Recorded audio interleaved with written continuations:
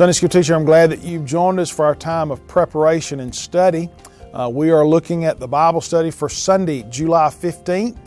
And go ahead and get your Bible and your outline, and we'll work on this together. The title of the lesson is Grieved.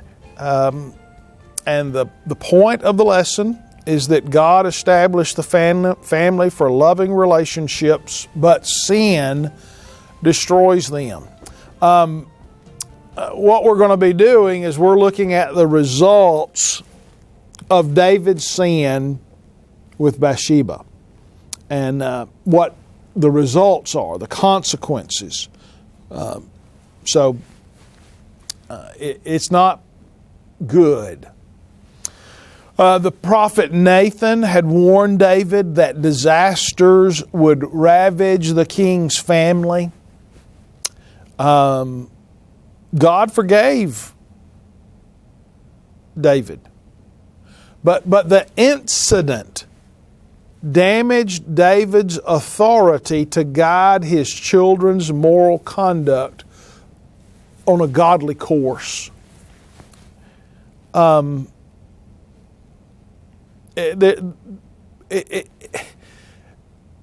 no one perfect. There's no parent that is perfect. But when this happened, I mean, he had an affair. He impregnated a married woman. He killed the husband to try to cover that up. That's difficult for children to grasp and go, well, you know, my daddy's a king and I need to follow his guidance. But you know, he's not a very moral man. Look at what he did. That's always in the back of their mind. And if Daddy did it, it's okay for me to do it. You know, that's pretty much what happened. Well, let's look at these verses. We're going to be in chapter 13, beginning in verse 15. So Amnon hated Tamar with such intensity that the hatred that he hated her with was greater than the love he loved her with. Get out.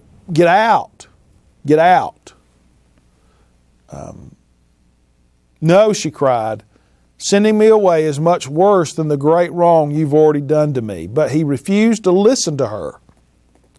Instead, he called the servant who waited on him. Get this away from me. Throw her out and bolt the door behind her. Amnon's servant threw her out and bolted the door behind her. Now Tamar was wearing a long-sleeved garment because this is what the king's virgin daughters wore. Tamar put ashes on her head, tore her long-sleeved garment that she was wearing, and she put her hand on her head and went on her way crying out loud. Her brother Absalom said to her, has your brother Amnon been with you?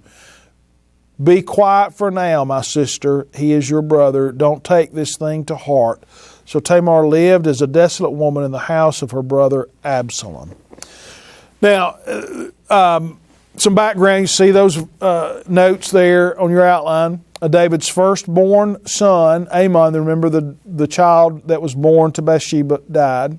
But Amnon is David's first son. And he became infatuated with his half-sister. Remember, there are multiple wives, multiple concubines, and lots of children running around who all have one daddy and a bunch of mamas. So Amnon became infatuated with his half-sister Tamar. And he attempted to seduce her. She would not succumb to his request, and so he came up with a plot to get her alone, and he raped her. And Tamar said to him, look, if you just, when he was trying to rape her, she says, stop. You know, if you just go and ask the king, he'll say you can have her as your wife. But he didn't listen. And he raped her. And that was horrible because she was a virgin. And now she was never going to be able to get a husband, and she protested. Well, his attitude toward her changed greatly in verse 15. He had that he had wanted. He thought this was, if he could only have Tamar, everything would be great. Well, he does, and then he finds out he feels awful. He hated her. He detested her. The sight of her made him sick.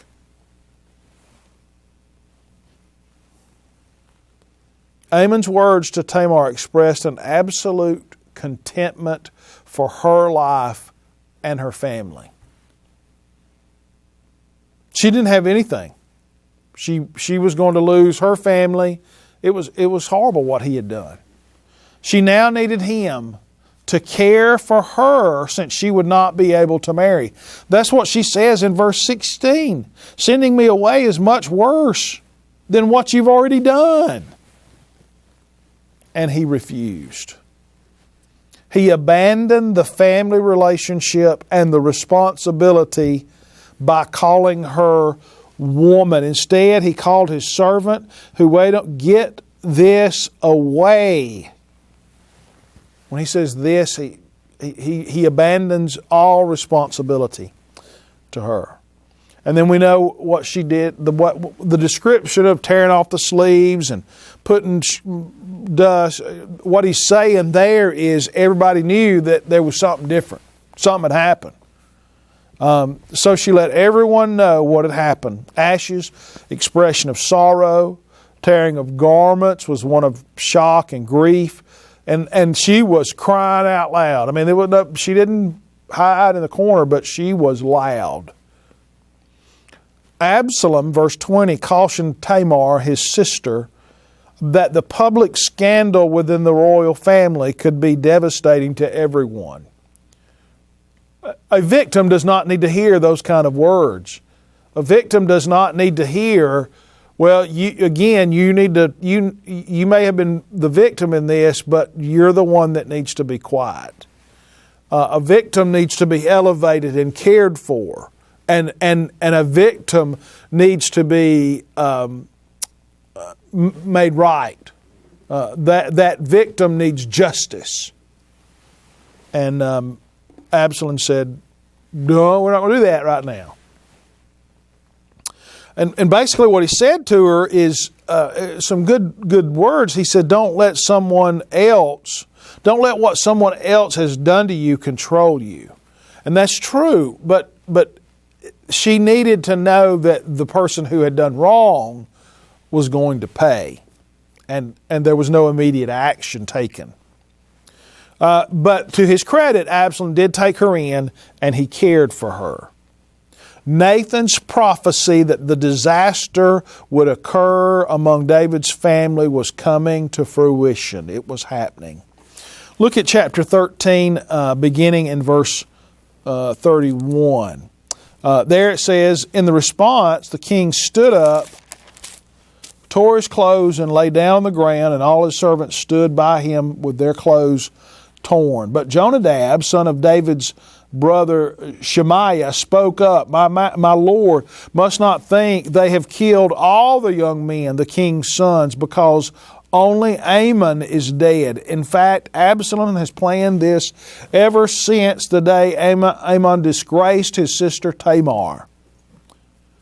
So now, my lord, the king, don't take seriously the report that says all the king's sons are dead, only Amnon is dead. Meanwhile, Absalom had fled. When the young man who was standing watch looked up, there were many people coming from the road west of him, the side of the mountain. Jonadab says to the king, look, the king's sons are coming. It is exactly like your servant said. Just as he finished speaking, the king's sons entered and wept loudly, and the king and all of his servants also wept very bitterly. But Absalom fled and went to Talmai, son of Ammihud, king of Geshur. And David mourned his son every day. Word came to David about the death of his son. The initial word, well, let me back up here, okay? Because again, you got a lot of stuff happening. 2 years had passed, and we've got Absalom planning for revenge. And so what he does is he gets everybody together in a far-off place and says, we're going to have a party. And he tells his young soldiers, when you see Amnon getting a little tipsy at the party, kill him. And so they do. And when that happens, the party goes wild and everybody goes running because they're afraid it's going to be a bloodbath.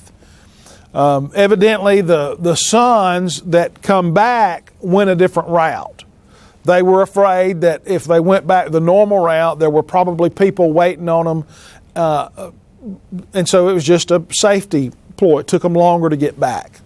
And so that's why you have the different word that came to David initially, all your kids are dead.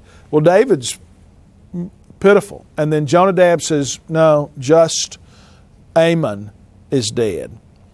Absalom went into hiding, and the remaining sons returned to Jerusalem in shock. Absalom had waited 2 years before putting his plan into motion. And we see in verse 31 that David vacated his throne, ripped his garments, and shook with grief. And he got in the floor. I mean, I can't imagine.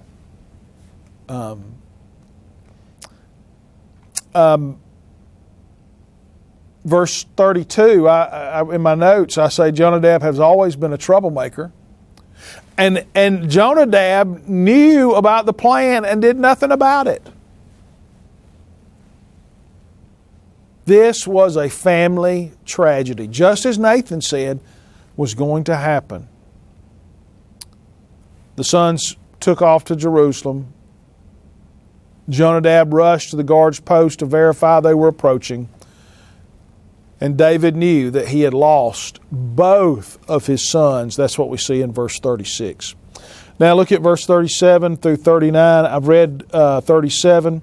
Verse 38, afterward Absalom had fled to Geshur and had been there 3 years. King David longed to see Absalom, for David had finished grieving over Amnon's death. Absalom fled to the region, trusting a relative in Geshur to provide refuge. This was his mother's father's kingdom. David grieved over the death of Amnon, and he grieved over the separation from Absalom. The king grieved for the loss of 2 sons, one murdered, another in exile. Nevertheless, David, his behavior in refusing to meet Absalom reveals that he was not totally prepared for reconciliation. We're going to see in a few more chapters where Absalom comes home, but even though he comes home and David is the one who brings him home, they don't get together. David's not ready for reconciliation at that point. What are the points? What are we trying to communicate? Number 1, sin leads to grief, failing to satisfy and to deliver on the promises made. Sin promises so much, but the consequences are much greater. Revenge is a powerful emotion, and it can lead to greater sin and greater conflict. Sin divides families and people. A sad, sad story. But there are other ones that will even get worse as we look at those. So, creating interest. What is it that you can do? I ask everyone to share their favorite picture of their family. Ask them to bring it in and show it to everyone. And then the closing, the challenge, the application. There's probably people in your group, maybe even you, who have some strained family relationships. Something happened, something went wrong. And there are people, family members, parents, children, siblings that they refuse to interact with. I just simply want you to encourage them to seek reconciliation with their family. If it's a sin that they've committed, if it's something they've done that was wrong, and they know that, be the better person and seek forgiveness. If they're the ones who has been hurt, offer forgiveness. But whatever the case is, encourage your people, and I encourage you, that if you are strained in a relationship with a spouse, with a parent, with a child, or a sibling, seek to make that right. Offer forgiveness. Ask for forgiveness. But seek to make that family relationship right. Because here's what I know. When the days come to an end, the people that will be there are your family. Throughout our entire life, from beginning to end, the only people that are the same are our family. And so, don't let what happened to David's family happen in your family. Seek reconciliation and encourage your people to do that. And I just tell you, I think revival can happen in churches when families and individuals seek to be restored to each other. Well, it's a very important topic, a very difficult topic, but I'll be praying for you as you teach this coming Sunday. God bless you.